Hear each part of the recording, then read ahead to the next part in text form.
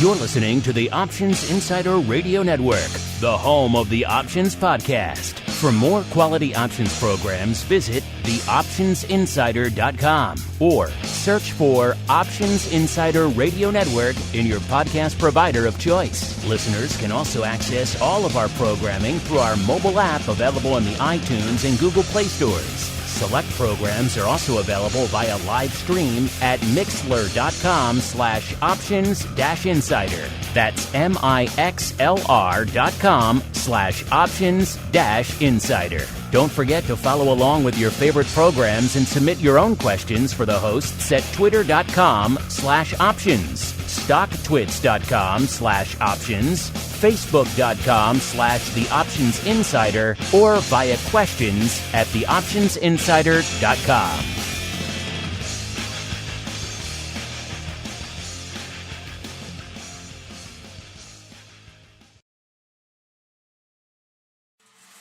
Welcome to Volatility Views, the premier program for volatility traders. Each week, we'll take a deep dive into the world of volatility with in-depth analysis, trading activity reviews, strategy breakdowns, cutting-edge education, and much more. We'll also bring you exclusive conversations with the traders, researchers, and asset managers who are reshaping the volatility landscape. If it involves volatility, then you'll find it on Volatility Views. Volatility Views is brought to you by MAIAX, one of the fastest options platforms in the world. MAIAX is now trading options on the SPIKES Volatility Index, offering pinpoint accuracy, radically faster dissemination, and a highly transparent settlement auction for confident trading, all for competitive exchange fees. It's time to make a change and give yourself an edge with SPIKES. Learn more about SPIKES at www.maiaxoptions.com/spikes. Options involve risk and are not suitable for all investors. The statements made are provided for information purposes only and are not intended to provide and should not be relied on for financial or legal advice. And now, it's time to take a deep dive into the world of volatility. It's time for Volatility Views.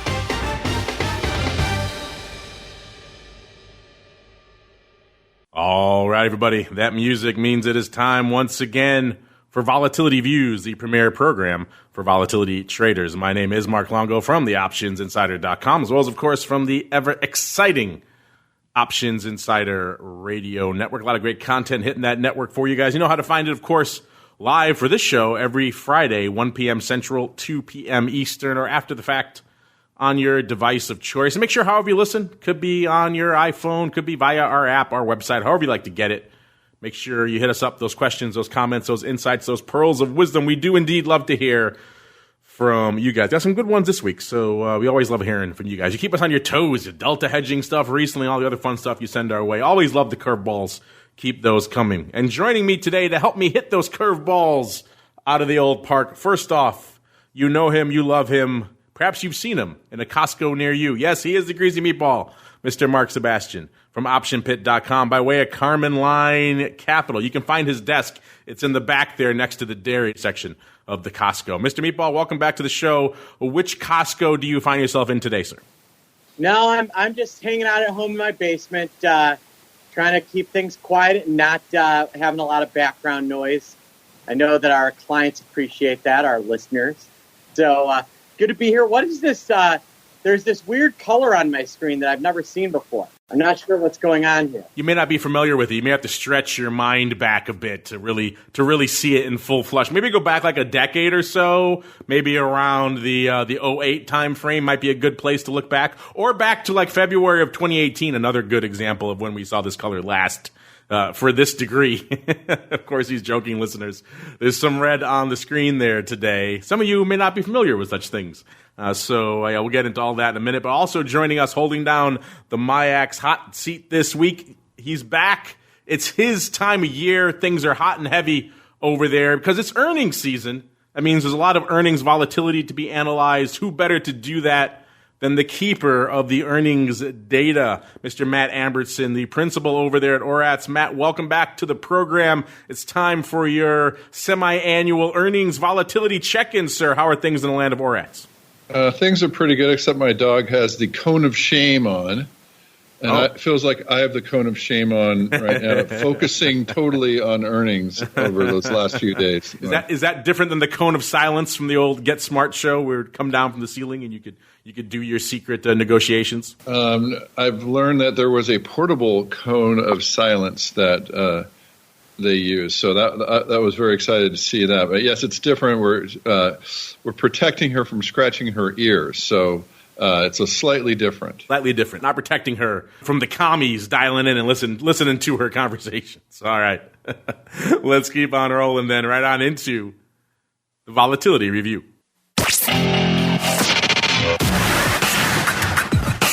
It's time to break down the latest developments in the volatility trading world. It's time for the Volatility Review.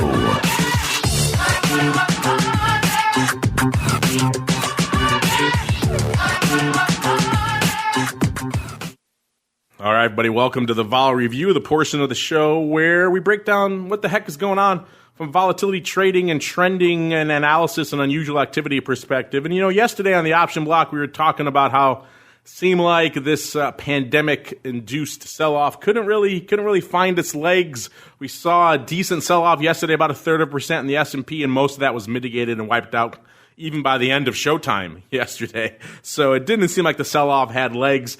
Today, a little bit of a different story. The markets seem to be firmly in the grips of pandemic fear mode. Most of the major indices off a full percent or so. S&P and NASDAQ off 1%. The Dow, a bit of the laggard, off a little bit more than 0.75%. Gold getting a bit of a lift, obviously, out there. Still not north of that 1,600 level, about 1,572. And WTI continuing to sell off, as, of course, you talked about yesterday on TWIFO, the demand issues that could result as most of China now, not most, but a good chunk of China being effectively under quarantine. There's some pretty dire prognostications coming out of China right now. They're expecting this coronavirus to infect 350,000 people in that Wuhan area alone, and they're locking down, effectively quarantining 14 cities. So about 46 million people in China now, which is more than population of California. Effectively, that's like the U.S. saying, all of California, you're now under quarantine. That's effectively what they're doing over there in China. Also building a 1,000-bed hospital in 5 days. These are the things that only an authoritarian regime can really get away with in the modern area. That's what we find ourselves in right now. And these kind of dire prognostications, of course, we had our second case here now in the U.S. Unfortunately, it happens to be here in Chicago. That, of course, spooking people as well, that maybe things are a little bit dire, even though some of the talk out of CDC and other areas, they seem like they're on it. They're on top of this. So I think that, if anything, is a little bit emboldening, that they're so quick on the uptake with this one and really responding well. But nonetheless, markets not liking what they're seeing. Our old friend VIX Cash getting a little bit of that old pandemic volatility, that pandemic premium, up over the 15 handle again, about 15.1 or so. That puts it up a little bit more than 3 handles from where it was this time last week. Spikes following a similar course here at about a 1560 or so. That puts it up over 4 handles from where it was last show. And Spikes, you'll notice, not quite as divorced from VIX as it was a week ago. And we got into some interesting discussions about why that was last week. Check out last week's show. Simon was on breaking down some of the nuances of using different SPY weeklies and how that sometimes changes up the calculation a little bit. VVIX also on the upside as well, moving up about 6 handles from where it was last show. A little bit north of 97 now, about 97.5. So threatening that triple digits, as we all know, is getting kind of frothy at that point. So certainly something to pay attention to. Matt, we'll get into all of the earnings goodness in a little bit. I know you're champing at the bit with a lot of great data for us. But before we get there, obviously you're watching these broad markets as well. You have a lot of broad volatility models that you run over there in ORAT's land as well.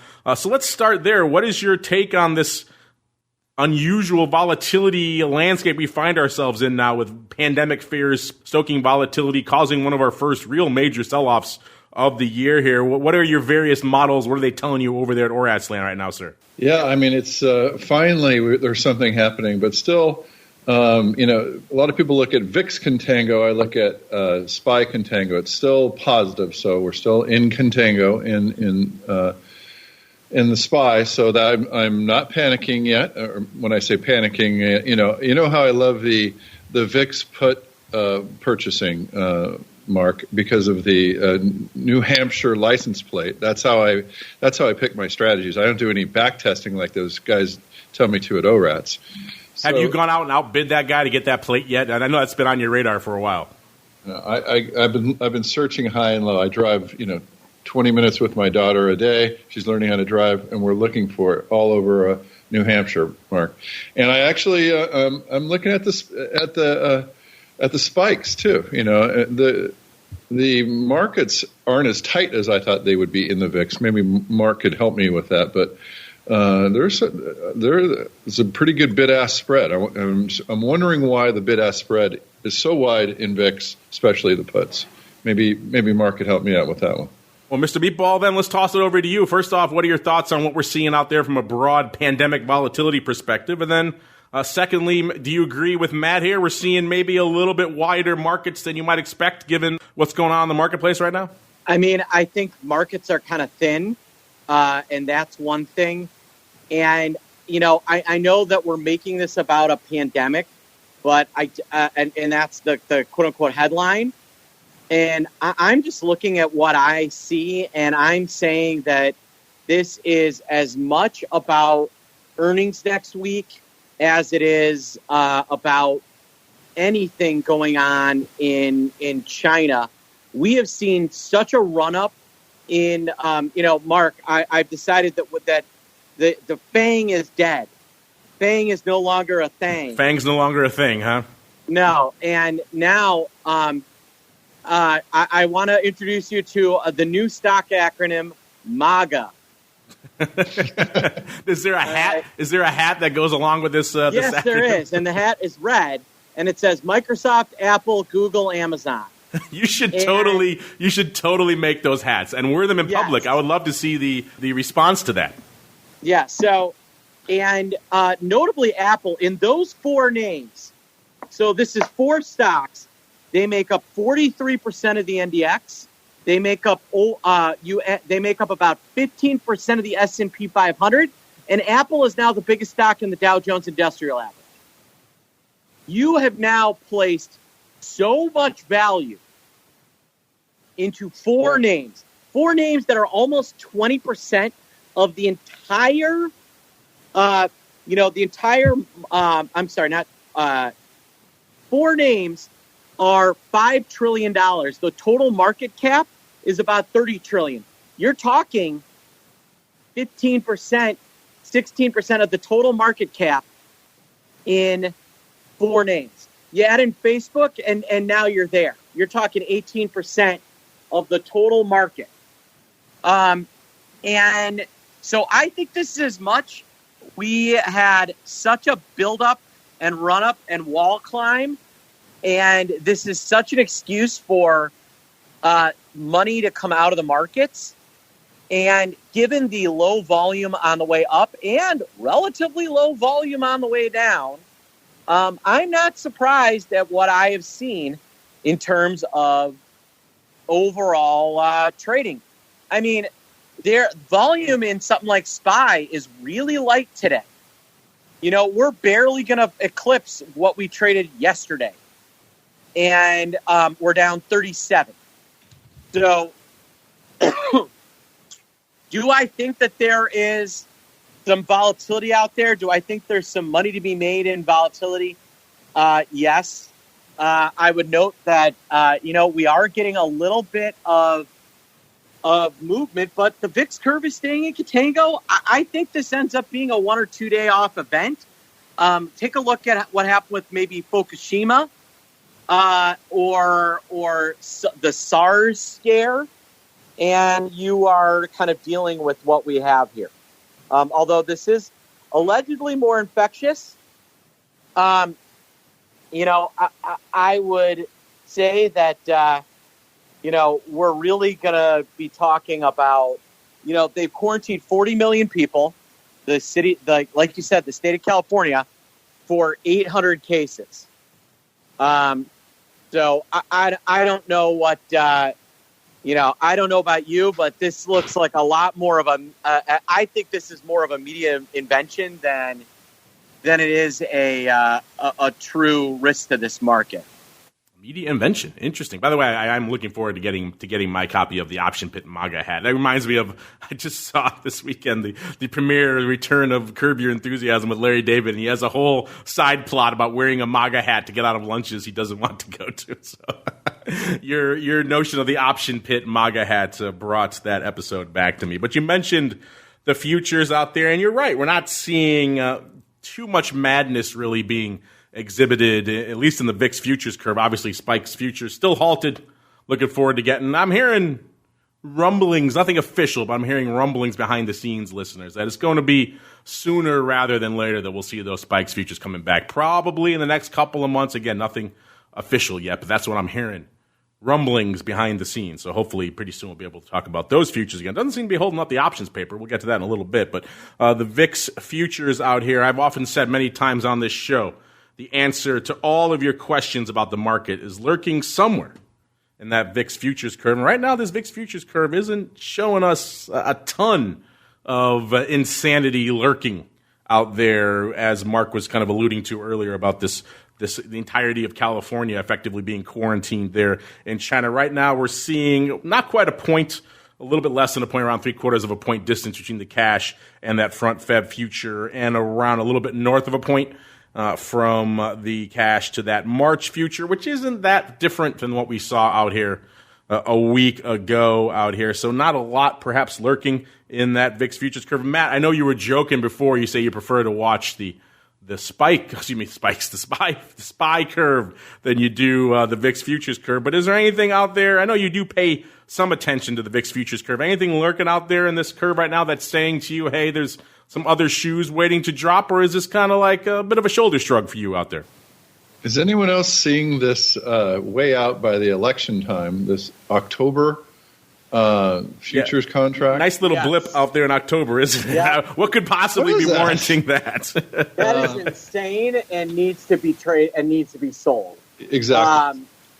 I've seen that, and there is a lot of what I would call Russell Rodian trades that make a lot of sense for the way that market is pricing itself.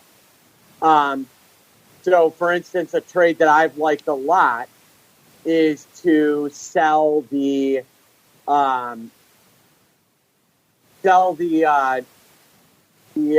November 20 put and buy the October 20 put, and do that as a spread. Because I think, frankly, there's, as you said, there's just, it's mispriced. Yeah, that is ugly. It looks. Are we allowed to say it looks like Dolly Parton lying on her back? Is that it's a bit of a dated one. It might go over the heads of some of the kiddies out there, but that's when you were allowed to say it. Yeah, that's probably the last time you could say something like that. Yeah. But it is funny how, like minds, I think we all looked at that curve, and I had something similar in my mind as well. That October just leaps off the charts at you right now. If you're not looking at the VIX futures curve, listeners, we're seeing that front Feb future a little bit shy of the 16 handle, about 1570 or so, and the October is threatening a 20, about 1990. So just an enormous chasm between October and pretty much the rest of the curve. September 17.75, November about a similar level, October just a completely different beast out there. So that is screaming for some people pricing in effectively another 2016 level surprise here in 2020, which I think we can all say might be a little overdone. We shall see. Either way, that 20 level they're pricing in right now is kind of the opposite of what we were talking about last year, where the end of the curve, not quite October, but mostly December last year, was pricing in this absurd level of low volatility, which turned out actually to be kind of merited. We kind of thought that was underdone really for most of the year. This might be the opposite, might be a little bit overdone here in October. Let us know what you think, though, out there in all things VIX futures and indeed election premium. Is that election premium overdone? Maybe it's underdone. What do you guys think? We could have some craziness afoot there. You never know what's going to happen in the final weeks of leading into the election, but still, nearly 20 VIX out there. That seems a wee bit overdone. Let's move on out to Spike's Land. Like we mentioned, the Spike's futures are indeed halted. It doesn't seem to be tapering off the options paper, though. We talked last week. Our friend out there is doing the size 1x2s. He came back in and rolled for size effectively during showtime last week. So that's a great way to not get your trade mentioned on the show, trader. You got to do it before the show, not during. So yeah, we kind of missed it. Luckily, Simon saw it during the show last week and brought it to our attention. I think the Flow Master was lurking around in the live chat as well, and he also saw it. So thank God for the keen eyes and ears of indeed our listeners and indeed our contributors. Otherwise, we would have missed that one. So the OI is pretty sizable now. It's moved on out to March. As you said last week, kind of down a little bit. He's been slowly trending his 1x2 down, moving it down, strikes every time he rolls it. Makes sense given what's going on in the broad volatility space. He'd take advantage of a little bit lower level. He's now at the 1623. He was up at, I think, around 30 when he first started this, or pretty close to it, at least 27. So yeah, he's got the number one's position out there in Spike's options now, 33,500 of the March 23. So he's all the way out to March now. Then 16,700, number two, of the March 16. So it's a 1623 1x2, followed by number 3, 6,000 now. So that's crept up, of the Feb 26s, number 4, 3,000 of the Feb 17. So I think he leaves a little bit of his residual 1x2 on. I think that's what that is in February. And number 5 out there are the Feb 13s, total of 59, almost 60,000 out there. So the OI continues to grow. Looks like a lot of interesting small, I like to look for the small stuff out there too, to see what's going on out there aside from the big, massive 1x2 paper that's going up. But we're seeing some 100 lots going up out there. It looks like 60 lots, 73 lots. All sorts of weird, smaller kind of retail-sized paper is starting to filter in out there in spikes, which quite frankly is surprising given the fact that the future is still halted. So interesting to see that. Seems like you guys are starting to make your way out there in spite of the fact that there is no underlying yet to trade. So interesting stuff. I think once we see that future come back online, we'll see more of that kind of stuff, which to me is kind of interesting. We love the big, 50,000, 60,000, 100,000 contract rolls. That's all good stuff. But seeing you guys out there as well, making your 5 lots, your 10 lots, your 50 lots going up out there is also exciting here. Let's look on, going on to the big mothership here now, the VIX options. Today, a decently active day, not blowing the doors off by any means, but pretty much right around its ADV, a little bit north of it. Coming into showtime, we were just a tick under 400,000 contracts. That's a little bit north of the ADV, which has eroded back down to about 386,000 contracts, so well under that seasonally low already 400K barometer we talked about on the show in the past. Let's look at the top positions out here in VIX options land. Cost you 116,000 contracts to break into the top 10 right now, which if you watch VIX, listen to this show for a while, is not much.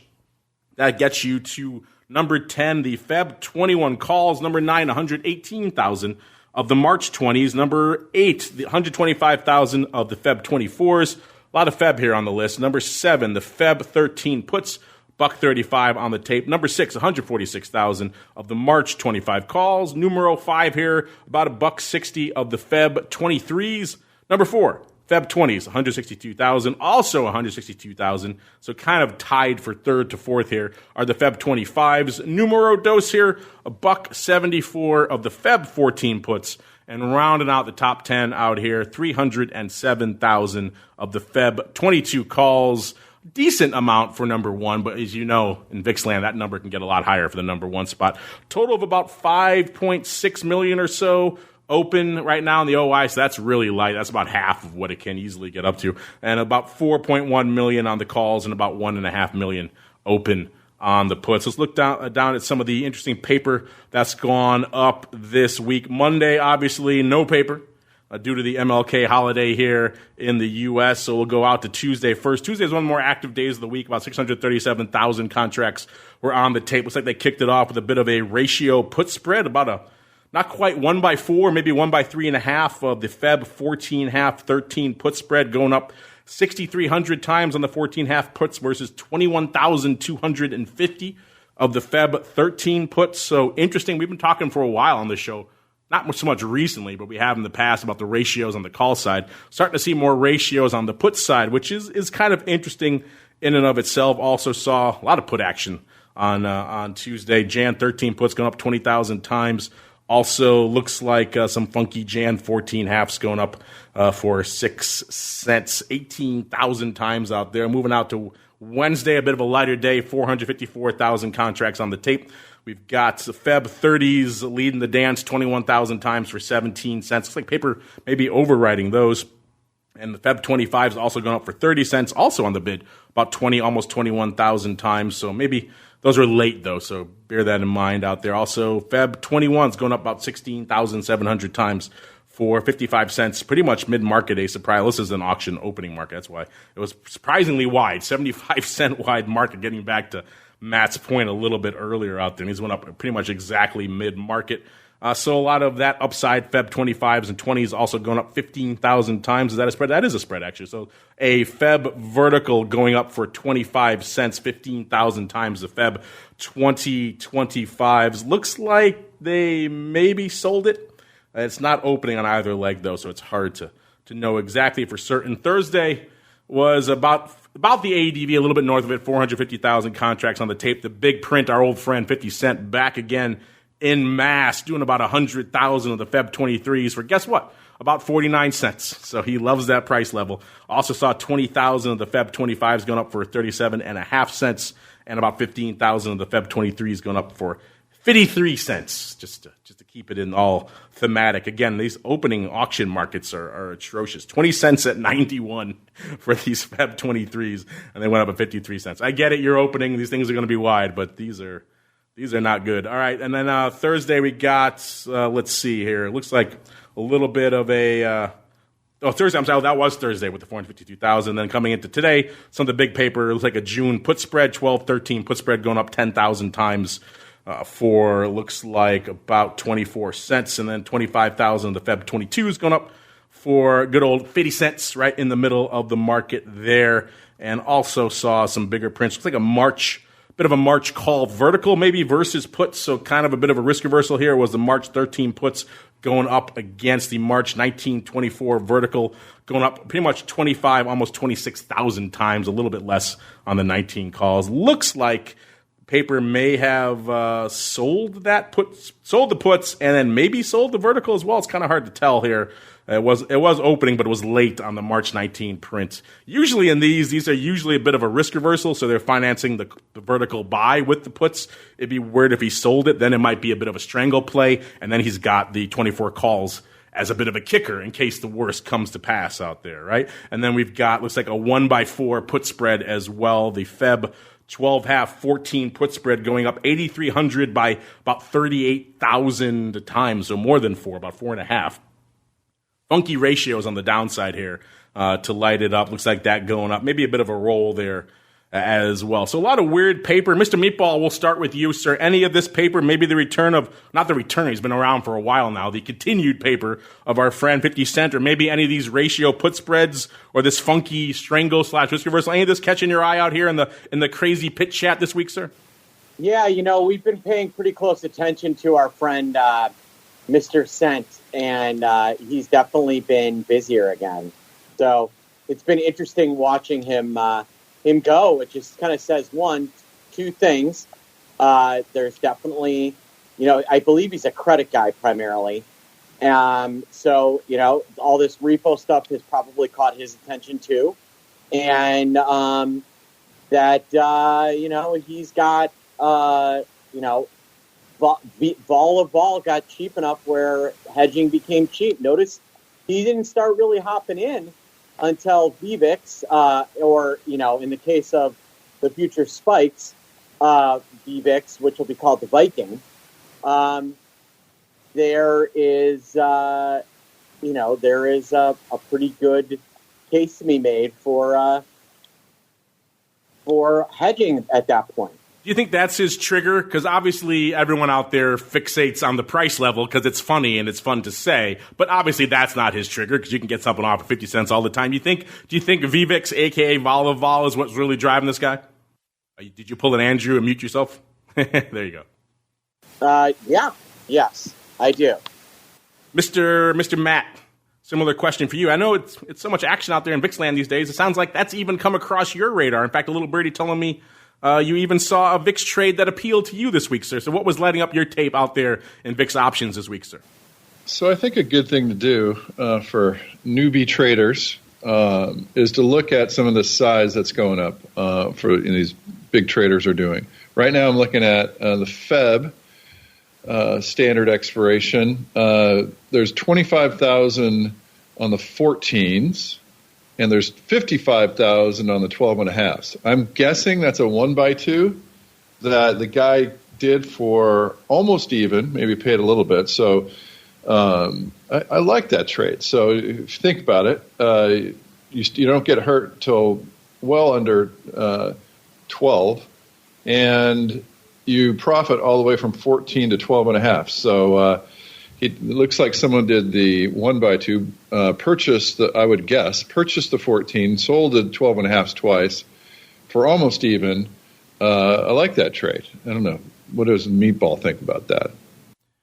Meatball, we've talked before about ratios on the downside and how you have a little bit more use case for them in VIX than maybe something like VXX. So what do you think of Mr. Option Rat's, his ratio put spread, sir? Yeah, I like ratio put spreads a lot, and I think it's a really good idea. So look at Matt Amberson coming up with a great idea.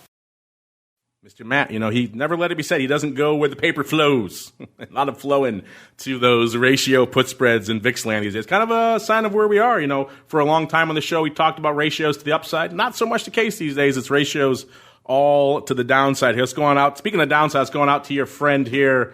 Your friend everyone loves to fade. Yes, our old friend VXX. You kind of snuck under the radar with this one this week, listeners, because how long ago was it? Just last week we were talking about the big open position out there with these Jan 14 puts, and you just snuck under the radar expiration. They went out under the 14 handle. Now, lo and behold, a pandemic creeps in a week later, but you guys are out. You're already good. So unlike last year and previous years where something managed to happen in the final weeks of VXX Jan settlement that always threw a wrench in the works. But this time, you snuck out under the radar, so well done for you. Right now, VXX up firm, up nearly a point, about 0.9, at about a 14.40. That puts it up close to a handle from where it was this time last show here. Looking at the top positions out there in VXX land right now. Obviously, the Jan has rolled off the board except for some later stuff in the weeklies. Number 10 out here really quickly. Feb 14 puts 26,000. Number 9, Feb 15 calls, 30,500. Number 8, Jan 14 calls. These are going out on the 24th here, so pretty much today, listeners. 32,000 of those. Number 7, the Feb 12 puts, 33,000 there. Number 6, the Jan 13 puts also going out today, 34,000. Maybe I spoke too soon when I said congratulations. You guys, maybe you had to go a bridge too far. The pig gets fed, the hog gets slaughtered. You couldn't be content with those 14 puts going out your way. You had to roll out and establish a week later at the 13 strike. And guess what? The pandemic strikes. And unfortunately, those 13 puts probably not going to look good here. About 35,000 of those. That's going to leave a little bit of a mark. 47, almost 48,000 of the 28 calls in Feb for number 5. Number 4, about 52,000 of the March 22 calls, getting our first March on the board here. Number 3, 52,000 of the Feb 13 puts. Number 2, 55,000 of the Feb 24 calls. And round out the top spot here. Number 1, 56, almost 57,000 of the March 23s. Total about 1.8 million open, about 1.2 million of the calls, and about 600,000 or so on the puts. Some big trades out here today. Feb 18 calls going up about 11,000 times, and then also looks like some Jan 13 halves going up 5,600 times as well. Those are below the bid. Someone crushing those. Looks like a bit of a risk reversal yesterday as well. The Jan expiring on the 31st, so end of month Jan, 12 half puts going up for a nickel against 11,000 of the 13 half calls for 42 cents. So interesting, somewhat, because those are below bid as well. So maybe it went up the other way. 12 half puts, selling the calls, buying the puts, in which case this guy may be regretting this trade, or at least right about now. We'll see. If it went up the other way, I kind of liked it. But right now, looking at it, maybe it went up the other way, and in which case, perhaps not so much. Matt, I know you don't probably watch a ton of VXX out there, but anything catching your eye in until this week, the endless erosion that was VXX, sir? They're still buying these calls. I mean, if you look at the way the skew of these, it's just these calls way out. 24s are still bid, and I look at the puts a lot like I look at the VIX. So I mean, I think there's some interesting things. I've had clients that just play the puts the whole time, and if you look at the graph over years, it's just constantly. How is it possible that we could have an asset do what this thing's done, but it's still there, and people, there's a lot of trading in it that, I stay away from it a little bit. My clients that trade it know every intricacy of it. I mean, they know not just the math, but the prospectus of it, and so there's, it kind of made my eyes glaze, and I'm just, oh no, I mean, I can't quite compete with these fellas. They're out there knowing everything about this instrument, so I tend to stay away from the VXX, Mark. It is one of those very nuanced products. People think you just get into it and you short it and it goes down, but as we've seen many times, and again this week, that's not exactly how this plays out. It could be a very infuriating mistress at times, like our friend here is discovering right now on these Jan 13 puts that are probably going to go the way of the dodo. Mr. Meatball, anything catching your eye or your crazies out there this week in VXX land, sir? Yeah, it was one where it got really stretched. And, just in terms of the curve, it got really stretched and now has unstretched. And, but we've got the VIX back near 16, and, VXX is still, I believe, stop me if I'm wrong, it's still down on the month. I could be wrong now, but no, it's still down on the month. So I think that's kind of an important thing to realize is that, we're having a huge vol spike and we're a month later, and we still have the VXX about $1 lower than where it was before we started. Good point, sir. Frame of reference sometimes gets lost in the maelstrom that is all the crazy macro madness. If you're spooked, and it's understandable, you can be quite literally spooked right now by some of the crazy macro stuff going on right now. That's why we have Matt on the show. He's joining us for his quarterly appearance to break down the micro stuff.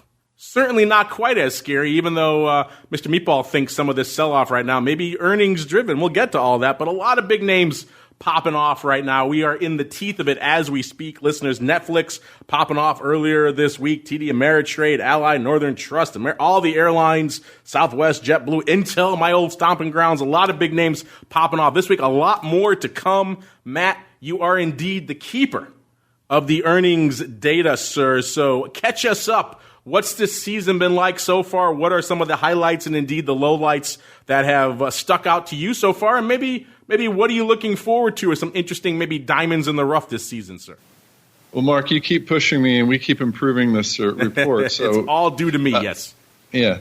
So the latest part of this report is looking at, so let's start with the general first. We've broken down the earnings season into 6 weeks, easily bite-sized pieces. I think this is the most interesting thing that I'm looking at now is the pattern of how the weeks go. So, first week, the bigger firms that have their accounting together, they come out, and the earnings, they don't really surprise that much. Most of the time, the valuation is pretty true. Maybe the option owners are losing a little bit. Same thing with the second week; they're about the same. But once you get into, we're in the second week right now, and there hasn't been that much volatility. As a matter of fact, average. There's only been 30% winners buying the straddle so far this earnings season, but I think it's going to be bigger. We don't have today's results in there yet. But when you get a volatile day like today, you'll stretch that a bit. But what I really like is week 4, Mark. Week 4 is the profitable week for option owners. So I back traders on the floor of the SIBO, and I tried to get them to buy as many options as possible. And so I'm always been on the buying side, which is, as you know, very difficult. But so we had to find places where it made sense to buy options. And sometimes it was around earnings. So that we liked earnings, and we also liked identifying stocks. We used to look at tick volatility and identify stocks where we could buy some options. Anyway, back to the earnings. Week 4, week 3 and 4 are the most profitable weeks to own options in earnings. So I'm looking forward to that. The sellers have got their way this first 2 weeks. So I'm looking forward to the upcoming weeks when when the options typically have made some money. Now, another thing that we look at is what is the implied earnings move versus the past actual moves. So usually it's pretty close to 1. Well, this season it's at 86%, so 14% under. So people are really thinking that this season was going to be a snoozer, and it was the first couple of weeks, but I think that's going to change. So if you ask me to categorize the season in general, it's not much has happened so far, and people are very complacent about the valuations of the earnings move to the tune of 14% undervalued. And I think that's going to change big time in week 3 and week 4. So that's a prediction. And Matt, this actually leads to what I kind of was talking about earlier. Where it not in terms of number of companies, but in terms of the value of companies, we're essentially going to have 20% of the value of the S&P 500 report in a 2-day span between with those MAGA stocks and Facebook. And I was looking at Apple, and Apple Premium. Apple has moved about $40 in has been every day. I look back, and the prior month Apple's up $40, and they're willing to give me the earnings straddle on the back of what amounts to a $125 rally for about Apple's right at 320. Earlier today, it was just over. It was right around $16. It's actually increased to about $16.80. But even that is only about 5% of the value of the stock, and probably too cheap. I mean, Apple was $300 last week, and they're willing to. Yeah, I mean, so Apple closed above $300 on the 8th. And so, yeah, we're talking a couple of weeks ago, and it actually closed $310 last week. So you're really talking about the fact that vol in Apple is maybe a little too cheap. Mark, the FedEx guy just came. Thanks for the hat. I got my MAGA hat on. Nice. And I'm looking at Apple. The straddle, they're guessing from the trading in the straddle that it's going to move $9.69. That you could find that on the Option Insider blog. We posted it there, or Mark and Gene has been so kind to do that. The past earnings moves, get this, Mark, just to elucidate what you're saying, 13.5. So way under. I mean, way under normal actual moves. Crazy time. So yeah, they come out on the 28th after the close. So so let's go to we've started off on the earnings season. We started off kind of the macro picture, which weeks look good. We're saying that it's extremely undervalued. And now let's start looking at some, what we're doing with our earnings report is showing with the earnings straddle, and we do some special things with it. So we don't just look purely at the straddle. You have to look at the straddle and then kind of predict how much is going to be left of the straddle after the distribution of expected moves after earnings. I know it's kind of a mouthful, but we've come up with a way to do that where we're fitting it pretty well. And so we have a pretty good feeling about how the move of the earnings announcement equates to a straddle. So that's why we could say Apple, they're expecting 9.69, but yeah, crazy, what is that, 40-30% underneath what it's usually been. And we're seeing that, across the board here. We haven't seen these type of numbers in quite some time. Starbucks is coming out. They're expecting it's a $93 stock. They're expecting a move of $2.50. Usually it's $3.50. So we're looking at these types of undervaluation. If you look at the past earnings move, let's see if we could find some other ones. AT&T, $38 stock. They're expecting a $1 move. In the past, it's moved at $1.62. So now we've gone from the earnings season to now what the expectations are. Let's look at a couple of results. Mark, you guys have already posted the results for today. I'll kind of go over some of those extreme winners this morning. If you were an option owner, DFS. So that was also on our unusual volume report that we put out and sent over to you, Mark. DFS down 9.4%. They were only expecting a 3% move. Intel up 8%. They were expecting a 3.8% move. So now the owners are starting to get their due.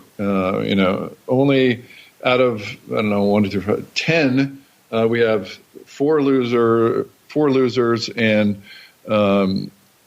6 pretty good winners today for owning options. So Mark, that's my mouthful of going from the earnings season, and showing what Mark's saying. I think that's going to at least get a lot more let's just say a lot more volatility. I think is coming in the next few days, next week, next 2 weeks because of these earnings.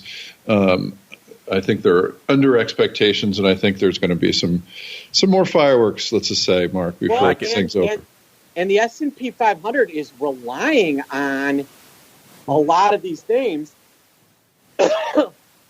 being great, and who knows, right?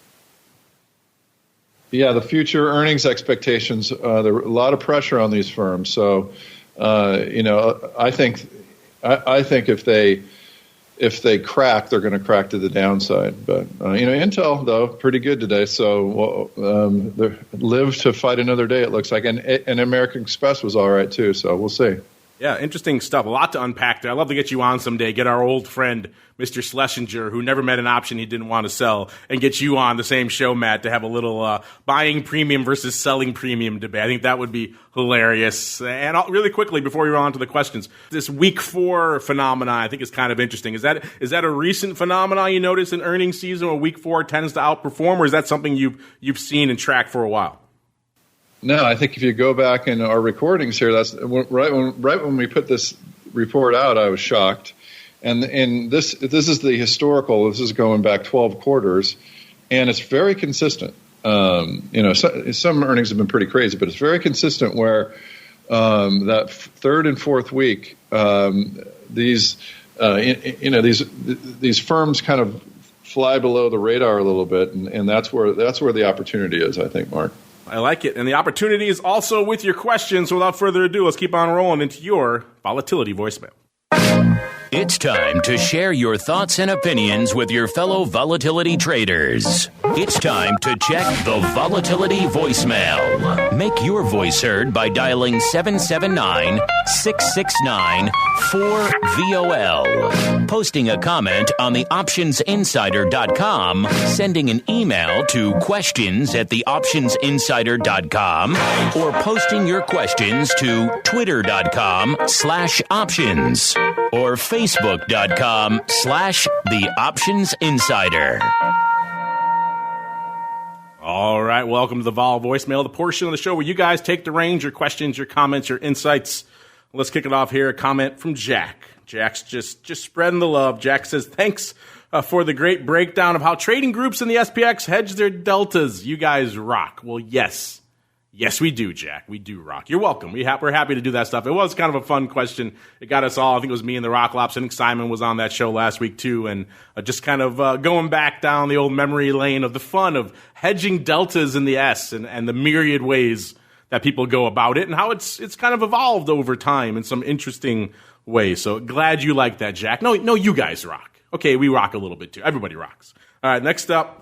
I'm feeling charitable today. Usually I don't allow these two-for questions. I say one and done, one only, but I'm feeling nice today. Plus we got Matt on. He's kind of the keeper of all things data, so he's a good person to have on to answer your question here, Kev. So I'm feeling charitable. So Kev asks, first off, he says, VIX monthly futures normally expire on the third Wednesday of the month, but the July contract expires on the fourth Wednesday this year.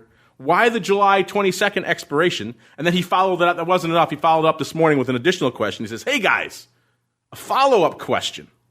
I seem to be able to get options quotes on VIX futures for 11 months of the year. But every month except August. Why is August left out? Or is it just my quote feed is wrong? Thanks. Well, the last part, I'm looking at the AUG futures quote right now. It's about just ticked up to 1751. So I don't know what's wrong with your feed there, Kev, but you should definitely get that checked. But Mr. Matt, anything you want to add for Kev here on the data side for monthly futures expiration out there in VIX? All I could say is July's expires the regular July, or I should say the regular VIX expiration in July is a little bit later. It's on the 21st. So I think that's about as far out as it goes. For example, August is 18th, and June is 16th, and May is 19th. So that might have something to do with it. I didn't know that that was something. So that's all I could say about that one, Mark. Mark, any thoughts, any comments here on the weird nuances that Kevin points out in the July VIX expiration cycle, sir? Yeah, I didn't know that either. I'm looking right now, and yeah, they don't have an August future listed yet. That's a little. I get what he's. At least in LBX, they do not have it listed. Let me pull up LiveBall Pro here. I'm looking at it here, and it's showing it at a 1751. I don't. This is not an implied future. They're listing an August future here. So yeah, I see it. Yeah. No, I see it. I'm looking to see if there's options. Oh. The options. I see what you're saying. Okay. Yeah. So, which there should be, but it could be. It looks like it's a mistake with Interactive Brokers. Is my guess. No, I don't see any August options. I see July. I mean, that's just how far out they go before they add it, I think. But. Well, they've got September and October and November options. Yeah, that's true. They literally just don't have August options. So that could just be a cyclical thing. Yeah. But yeah, no, there's no. It looks like there's no August options right now. Oh, I see. I misread his question. He's looking for options. I thought he was looking for the AUG futures quotes, which is definitely out there. But the options quotes, you're right. A little bit of a different story. So that's a bit of a weird one.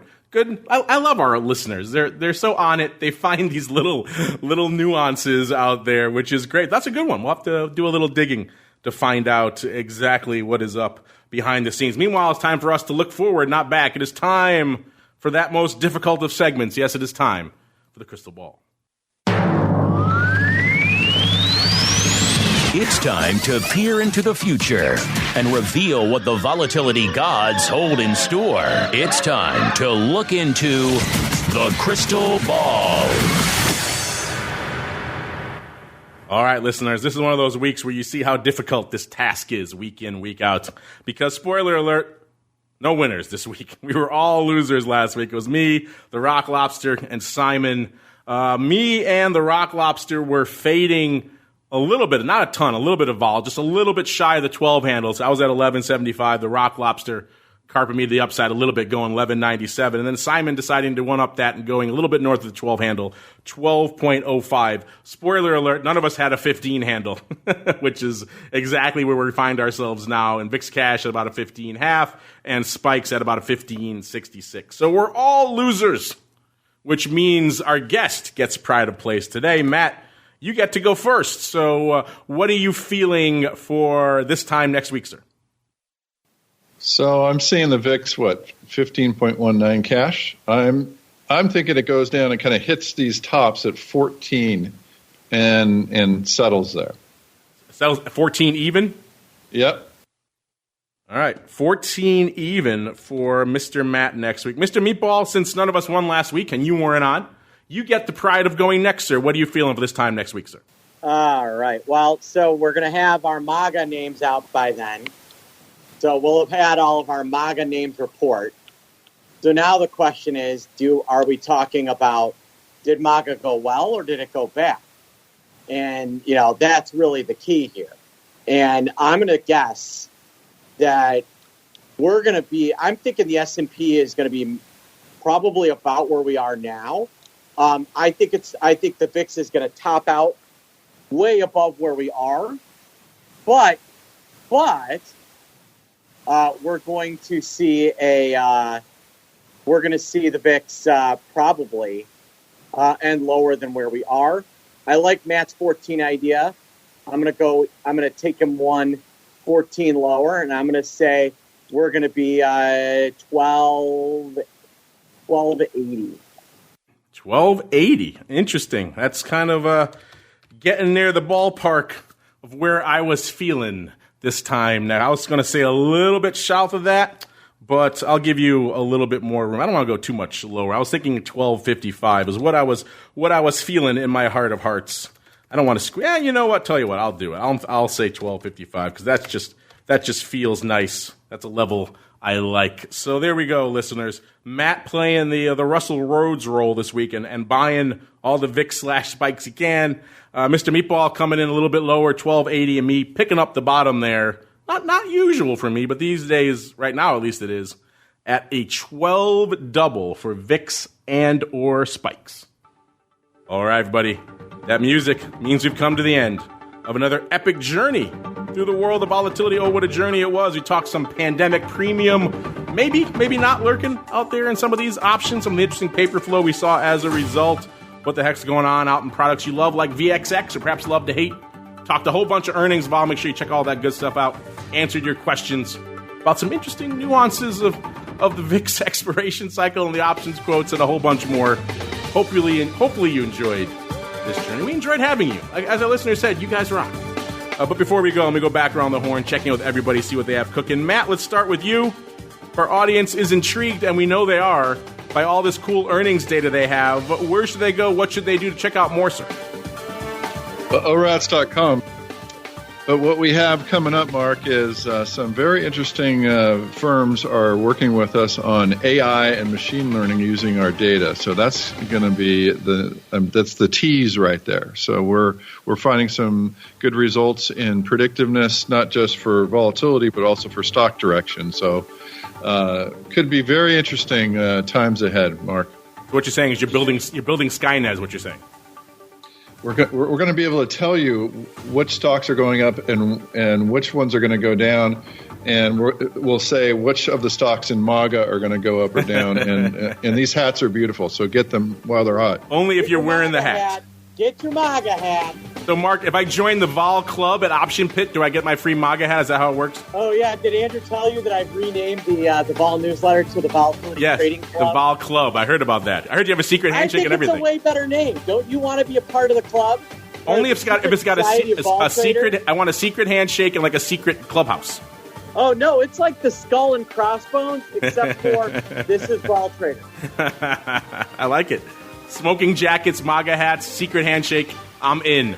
If folks want to become a part of that fun club, sir, where should they go? What should they do?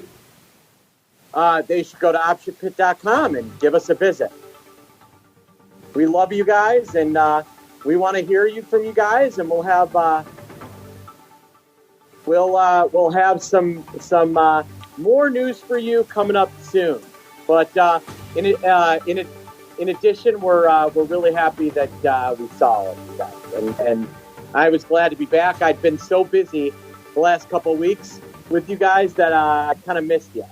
Yeah, you guys have been cranking away on the webinar side. So if you like webinars, optionpit.com, the place to go there as well, listeners. So earnings reports, and check out on his building of Skynet, orats.com is the place to go, ORATS, or optionpit.com for those fun MAGA hats. And on behalf of the Greasy Meatball and Mr. Matt, the keeper of the earnings data, Andy, myself, and our friends over there in MyAx land, I want to thank all of you for downloading, streaming, and subscribing, and we'll see you back next week for more Volatility Views. Volatility Views is brought to you by MyAx, one of the fastest options platforms in the world. MyAx is now trading options on the Spikes Volatility Index, offering pinpoint accuracy, radically faster dissemination, and a highly transparent settlement auction for confident trading, all for competitive exchange fees. It's time to make a change and give yourself an edge with Spikes. Learn more about spikes at www.myxoptions.com/spikes. Options involve risk and are not suitable for all investors. The statements made are provided for information purposes only and are not intended to provide and should not be relied on for financial or legal advice.